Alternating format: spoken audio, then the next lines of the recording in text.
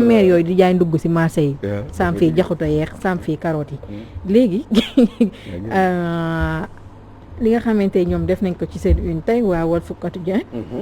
amnistie des crimes financiers et économiques. Un projet de loi dans le circuit. Alors vers la réhabilitation de Karim et Khalifa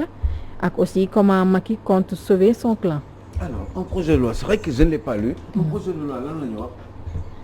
Je ne l'ai pas bien préparé. Dans le circuit. Amnistie des crimes financiers et économiques vers la réhabilitation de Karim et Khalifa. Bah je ne sais pas bon s'il le fait mais enfin il faut pas qu'il le président Macky Sall def ko de manière illégale parce que quand même bu fekkee ni dafa am ñoo xam ne dañu am lu ñu war a fay ci réew mi parce que dañ leen sanctionner de par la loi dañu war a respecter quand même seen dañu war a respecter la loi bi il est ça serait anormal véritablement que ñu baal ay nit gisoo des fois ay nit ñoo xam ne dañuy ils doivent beaucoup d'argent à l'État du Sénégal ñu jàpp leen def ay crimes ñu sanctionner leen financièrement ñu war a fay xaalis boobu c'est pour que mu ñu dugalaat ko ci biir réew mi dugal ko ci gestion du pays bi faire et en faire profiter les populations parce que quand même les urgences sont là maintenant bu fekkee ne ñoom defuñu ko ça veut dire que effectivement y a un problème parce que mënuñu def ay amnistie ba pare di continuer di dem continuer di lebi xaalis bitim réew yow xaalis bi ñii ñu war ko fay te yor nañ ko wala yor nañ ko war nañ ko fay nga ne yow baal nga leen ko pour après te xaalis boobu boo ko jëlee dafa war a dugg trésor public mu war a dugg ci réew mi population yi profité ci yow nga ne doo def loolu ba pare après en retour yow toujours ce budget day manqué day am problème Fatou da nga tàng ah pourtant c'est mieux qu'hier hein yaa ngi dégg donc du coup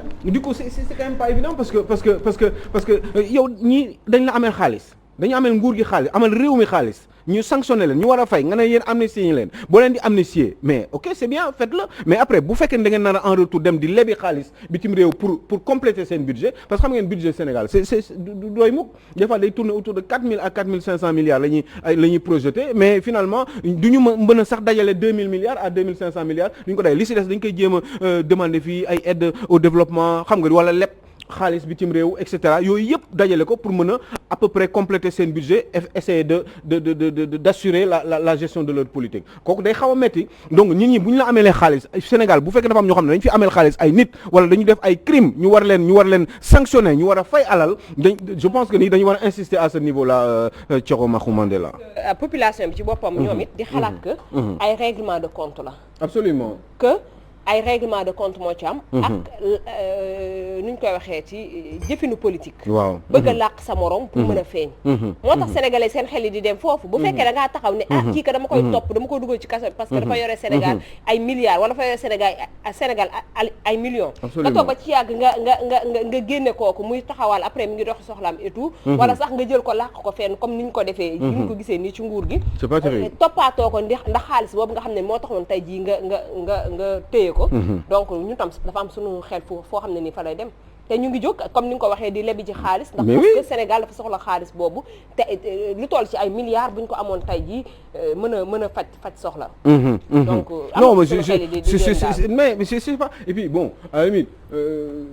je vois un exemple par exemple nee nañu Karim Wade dafa war a fay ak li ñu sonn ci CREI bi yëpp nee nañu Karim Wade dafa war a fay 138 milliards mais 138 milliards yooyu bu duggoon ci Sénégal mais on règle beaucoup de problèmes tamit ñu ko jiite ñañ fa samp teg leen fa ñoom dañ leen fay par mois dañ leen di fay par mois pratiquement seen budget annuel tourne autour de 1 milliard de presque 1 milliard vraiment Idrissa Seck xaalis bi nga milliards yi nga xamante ne jëloon na ko Abdoulaye Wade ne ko da nga ko sàcc mu ne ko naa ko téye après delloo ko te après mujjul fenn mais ba léegi mujjul fenn xaalis yooyu c'est de l'argent parce que pourquoi nee na woon nañu xaalis bu bari la bon maintenant après ils vont toujours dire que oui ñu dañuy contre Idrissa Seck ak yooyu mais dëkk bi ñoo ko bokk kenn contre fi kenn dañuy liggéey xam nga da nga nekk ci opposition bi ñu war la woo war la audit ak yu demee noonu nga daw dugg ci pouvoir ñu bàyyi la est-ce que loolu tamit du gën a tax du gën a yombal mbir mi ñaar fukki nit ak juróom yi ñu jëloon noonu c'était pour cette raison là loolu moo taxoon ñu choisiroon leen ñu ne ñaar fukki nit ak juróom yi nekkoon ci ancien régime bi dañu soupçonné dañu luubal ay xaalis léegi il faut ñu wax ñu ñoom seen alal fan lañ ko jëlee il faut ñu prouver ñu ko mais finalement gis ngeen fan la ñu mujjee à part le gars du cadastre là tey bu Ndiaye foog naa amul keneen ak Karim Wade amul keneen kuñ ci woo CREI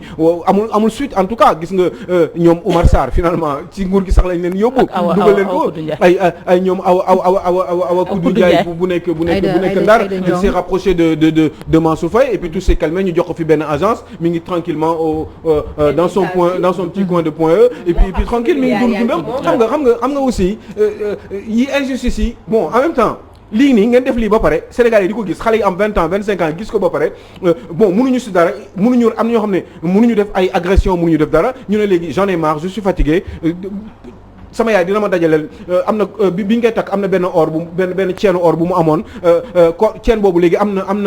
na valeur mat na 200 000 francs dinaa jéem a taabal xool nu may defee yokk ci beneen 100 000 muy 300 000 francs ma jéem a jël gaal gi parce que gaal gi semaine prochaine lay dem mais pourquoi il ne partirait pas dans ces cas-là xam nga aussi il faut qu'on soit logique maintenant après bu ñu nekkee fii di jaay affaire morale oui il faut pas que vous partiez mun ngeen am loolu seen réew dëkk bële amul dara et cetera mais yéen yi ngeen di def nii ci dëkk yi amul ci dëkk yële parce que pas parce que ñooñu amuñu envie sàcc xaalis wala yooyu mais c'est parce que ñooñu xam nañ bu ñu sàccee li leen mais xam nañ ñooñu bu ñu sàccee li leen di dal parce que sanctions yi dafay leen xoolal li xew ci kaw CREI léegi maintenant ñi nekkoon ci CREI yëpp genn wàll gi yëpp léegi ñu ngi aux côtés de Macky Sall alors que ñoom franchement CREI kon lan lay jëriñ 25 personnes ñaar kese ngeen ci corriger depuis 8 ans ngeen ci waxal bon ben il est où le problème est-ce qu'il y a une urgence à ce que Karim Wade ramène les 138 milliards aussi xam nga injustice yooyu mais xale yi doofuñu ils ont 25 ans dañ koy xool te dañuy am lu leen naqari ñii ñi ngi agression ñii ñi ngi nangu portable xale jigéen parce que ils en ont marre parce que seen xel dafa limité ñii ñaa ngi drogué wu ñii ñaa ngi taxawaalu ci mbedd yi di dem ci boîte yi pour am dara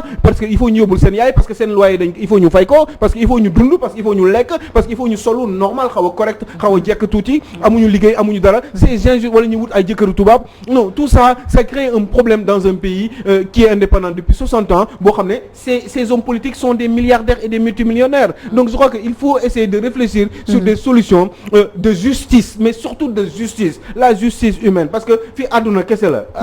ñun dañuy topp xaw a corriger un petit peu rek mbiru baatin mais ñun dañ zahir la boo defee une bêtise on doit vous corriger yaa ngi dégg à la limite à la hauteur de votre bêtise mais mun ñu bàyyi nii tout le temps ba pare retourner xam nga man aussi moo tax ça me gêne beaucoup Fatou d'entendre des gens qui disent oui xale bu ñu dem parce que quand même ça fait mal d'entendre ça xam nga lii nii nga ne ay milliards yoo xam ne dañ ko nar a baal ay nit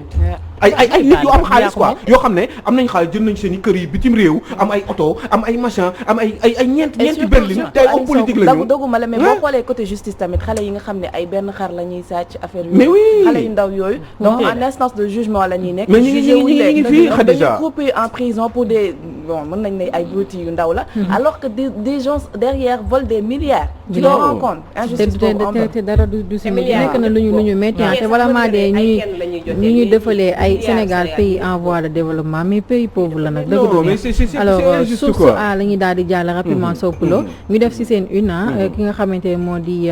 marché des compteurs modulaires prépayés d'un montant de plus de 6 milliards de francs CFA filé à la société Electrical Co Ltd alors l'ARMP casse tout daal beneen injustice encore nii ça revient toujours au même yaa ngi dégg moom ARMP cassé na encore marché bi nga xam ne moom la Pape Mademba bi tey bu directeur général de la Senelec bu def encore bi mooy deuxième cassure bi nga xam ne def na ko yaa ngi fàttaliku beneen bi nga xam ne boobu Akilee la woon yaa ngi dégg marché bi mu signé woon ak israélien non il y a beaucoup de problèmes à la Senelec moo tax j'aurais voulu tey ñi c'est dommage d'avoir Direct News bu ko Charles amee mu tegal ñu ko parce que ça aurait été une bonne idée parce que ça montre carrément l'itinéraire du directeur général de la Senelec Pape Mademba bi tey parce que franchement il y a beaucoup de problèmes au niveau de la Senelec et regardez fii ARMP nii nee na encore marché bi nga xam ne moom la Senelec signé woon xoolal fu mu mujjee xoolal fu mu mujjee xoolal mi ngi nii xam nga lu ñu ci bind nii non y a un directeur de cabinet du xoolal non la grande déception ci bravo en Direct News parce que xam nga lu tax parce que dañu wax dëgg Fatou xoolal li ñu bind depuis 2000 dem na ba ma amul yaakaar lañ koy wooyee bi tey appelé amul yaakaar yaa ngi dégg parce que y a beaucoup de problèmes au niveau de la Sénélec ñu bari ñu ngi rëccu justement le précédent de la direction générale de Mamadou Makhtar Cissé c'est très difficile c'est très compliqué en même temps parce que mais à chaque fois bu signé ay contrat ak ay yenn sociétés yi surtout en entente directe da ngay gis ni ARMP da koy kase gis nga bu kaaw c'est pas la même chose mais kaaw Akilee bi aussi c'était pareil ARMP nee na leen kii nébulosité amu fi dara lu ñaaw amu fi contrat bi ça a été fait légalement tout va bien etc mais pourtant qu'est-ce qui s'est passé gis nga lu ñu ko ne di def booy Amadou Ly gis nga ba léegi fay ñu ko xaalisam seetlu leen dafa am ay problème compteur au niveau de la Sénélec en ce moment il y a beaucoup de problèmes de compteurs en ce moment parce que mënuñ des fois da ngay bëgg compteur sax léegi dañuy jël temps parce que amuñu wala compteur yu yàgg yi la ñuy jéem a defaraat def ko ay machin bricoler ko pour mën a delluwaat alors que y a des compteurs yoo xam ne y a pratiquement est-ce que il n'a pas 70 000 compteurs yoo xam ne daf ko teg parce que au mois de mai il y avait 57 000 compteurs léegi indiwaat na pratiquement une vingtaine de milliers de compteurs teg ko foofu Sénélec daf ko war a jël récupérer ko parce que ci contrat bi compteurs yooyu ci contrat la pour mën a continuer di liggéey normalement mu bañ a am problème de rupture ba pare clients yi am une certaine satisfaction pourtant loolu amul ba tey pourtant compteurs yi ñu ngi fii toog moom mi ngi am problème compteur mi ngi bricoler compteurs yu yàgg yi waaye Sénélec waaye Akilee bi nga xam ne moom Sénélec daf ci am wàll parce que Akilee dafa am part ci Sénélec 20% la am Sénélec Akilee moom mi am part ci Sénélec am part ci Akilee ba pare ne man du ma liggéey ak yow contrat bi ma signé woon du ma ko respecté compteur yi nga ma indil malgré man dama am problème compteur yooyu du ma ko jël léegi compteur yaa ngi foofu di maxe waaw loolu kan moo koy mujjee fay après parce que n'importe comment il faut ñu fay booy bi xam nga lu tax il faut ñu fay ko parce que contrat boo xam ne lañ ko signé la parce que bu ñu ko fayul contrat dafa am lu muy wax ci ku respecté wul contrat boobu dañuy gën a fay encore plus bu ñu ko yóbboo tribunal Sénélec boobaa kan mooy fay xaalis bi c'est pas Pape Demba bi tey sénégalais ñooy fay xaalis bi parce que Sénélec moo koy fay parce que même bu demee aussi keneen bu fa nekkee bu ñëwee il faut mu assumer loolu moo tax facture yi di yokku mooy sénégalais ni ngay fay foofu laa bëgg moo la ma doon ñu bëgg dee ci woyofal bi parce que comme li nga wax léegi sénégalais ñoom ñoo koy fay toujours kat bu ñu la waxee 5000 francs lañ la jaay Sénélec bu ñu la nee 5000 francs lañ la jaay loolu lu mu tudd crédit bu la jaay 5000 francs xam ne dinañ jël 500 yi seetlu leen ko yéen wala nga tey nga jënd 500 doo am même mégawatt yi que xaw ma lan nu ñu koy wooyee même kilowatt heure yi doo am même kilowatt yi que bu fekkee ni ou mégawatt j'en sais rien moi ces trucs là technique mais par exemple boo jëndee 5000 tey jëlal 5000 tey ak nga jël 5000 la semaine prochaine day wàcc di yéeg di wàcc affaire u bourse la wala affaire u lan la il me semble que ni prix bi bu dee sàngam la de crédit loolu ngay respecté waaye tey nga jënd 5000 ñu jox la 4500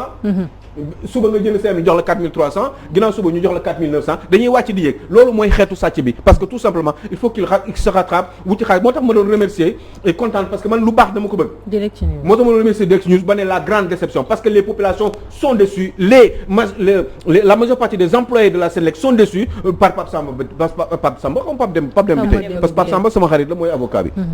yaa ngi dégg Cheikh s'il te plaît gis nga affaire compteur yi ngay wax noonu ci laa lay wax metti na ci ñi nga xam ne nii ñoom ñooy population bi puisque compteur yi léegi am na ci loo xam ne nii mi ngi lekk courant te boo jëndee 10 000 francs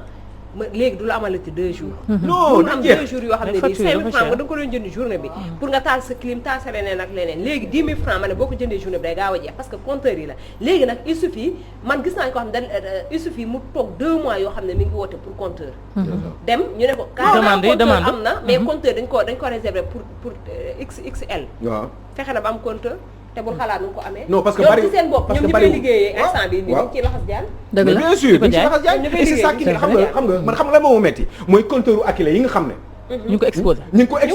pratiquement 70 000 compteurs yoo xam ne mi ngi tegu mais moom bu ko demee jëli day am problème parce que moom dafa bëgg Akilee exister tout dafa bëgg rendi Akilee définitivement tas contrat bi léegi bu demee jëli ko mooy mi ngi ko ne respecté contrat bi léegi comme moo tax bëggul dem jëli ko nag mais problème mooy sénégalais yi dañu am problème mais mën na xool intérêt population léegi lan la ñu war a def lan est-ce que loolu à mon sens président Macky Sall daf ko war a seetaan parce que à un moment donné il faut bien réagir ou alors la nouvelle ministre de l'énergie il faut mais est-ce qu'elle sert à grand chose je ne le pense pas je crois que ça se commande depuis le haut et c'est ça qui est dommage dans un pays comme ça donc ce n'est pas normal toujours c'est les populations qui trinquent en dernier ressort xool ARMP li moo ARMP mooy autorité de régulation des marchés publics moom moo ne contrat bi Sénélec signé ak société boobu ngay wax noonu léegi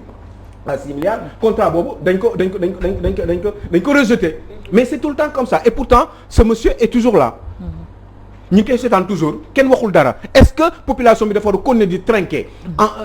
mais président Macky Sall vous êtes quand même là pour défendre les intérêts des populations te il me semble population bi sénégalais yi la ak un garçon qui s'appelle Amadou Ly il faut oser le dire qui a travaillé il va certainement gagner de l'argent mais pourquoi il gagnerait pas de l'argent au moins lui il vient avec ses idées avec ses collaborateurs mais am na ñoo xam ne dañuy ñëw jox leen marché 5 milliards 20 milliards te kenn mësu leen xam te dañ doon ay kii lañ doon jaay ay jël-jël yi lañ doon jaay nu mu tudd jël-jël xaw ma la noonu la ko vous l'appelez mais ay fer lañ doon jaay ak yooyu noonu mais pourtant ils sont devenus milliardaires parce que dañ leen jox ay marché mais si Fatou vous rigolez mais c'est la vérité dañuy ñëw jox leen ay milliards mais kii au moins sax dafa ñëw mais dañ ko war a jàppale c'est normal fii ku ñu dimbali moo fi am waaye ak tuuti xam-xam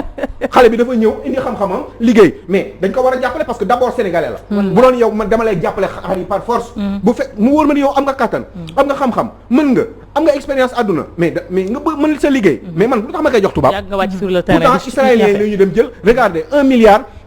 non ça fait mal quoi j'ai pas envie de m'énerver développer ñun suñu dëkk di gën a suuf parce que doomu réew yi toog nañu amuñu lu ñu liggéey sans emploi xale yoo xam ne ñu ngi jàng ba pare toog seen lii léegi ñu amati benn courage sànq bi ñuy ñëw ci yoon ñu ko wax ma nag mbay baa ko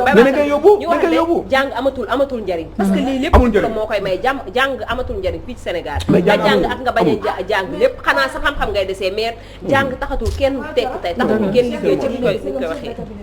moo diplômé